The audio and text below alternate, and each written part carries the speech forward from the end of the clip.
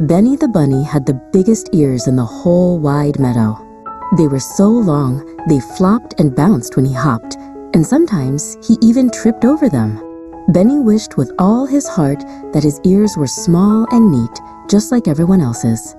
He tried to fold them back or tuck them under his chin, but they always popped right back out. When his friends Pip and Molly played tag, Benny often lagged behind, his ears catching on branches. "Look at Benny's ears!" Pip would giggle, not unkindly, but enough to make Benny blush and wish he could disappear. He felt like his ears were a giant sign, pointing to him wherever he went. One sunny morning, the meadow was buzzing with happy sounds. Benny was trying to play hide and seek with Molly, the squirrel. He squeezed himself behind a tiny daisy bush, but no matter how hard he tried, his long ears stuck right out, like two tall flags waving in the breeze. Molly found him in a flash, giggling as she tapped his ear. The air was warm and still, and the sky was a brilliant blue. All the meadow creatures were enjoying the day. But high above, far away, a tiny, dark cloud began to gather. No one noticed it yet.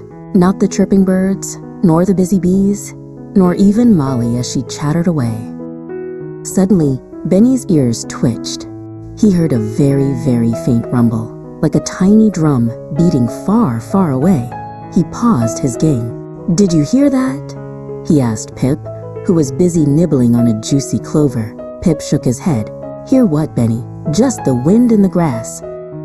Benny's ears twitched again, more urgently this time. The rumble was louder, and he could feel a strange shift in the air. The sky, which had been so blue, was now turning a bruised purple at the edges. "A storm is coming," Benny cried, his voice trembling a little. Molly, who had just noticed the darkening sky, looked worried. The wind began to howl, and a flash of lightning lit up the sky. The rumble was now a mighty roar. "Everyone, quick, to your burrows and nests!" Benny shouted, his big ears standing straight up, like two giant radar dishes, catching every sound of the approaching storm. He pointed with his nose towards the nearest safe spots. The meadow animals, finally hearing the thunder and feeling the first drops of rain, scrambled in a panic. Benny, with his big ears guiding him, helped the slower ones, nudging them towards their homes. Pip, who had been frozen with fear, was gently guided by Benny towards their shared burrow. Just as the heavens opened and the rain poured down in sheets, everyone was safely tucked away. Benny and Molly huddled together in a cozy burrow, listening to the storm rage outside. Molly looked at Benny with wide, grateful eyes. "You saved us, Benny. Your ears heard it long before anyone else." When the storm finally passed and the sun peeked through the clouds, the meadow was fresh and clean. Benny hopped out, his ears perked up, not in embarrassment, but with pride. Pip ran over, his eyes shining. "Benny, your big ears are amazing. They're the best ears in the whole meadow."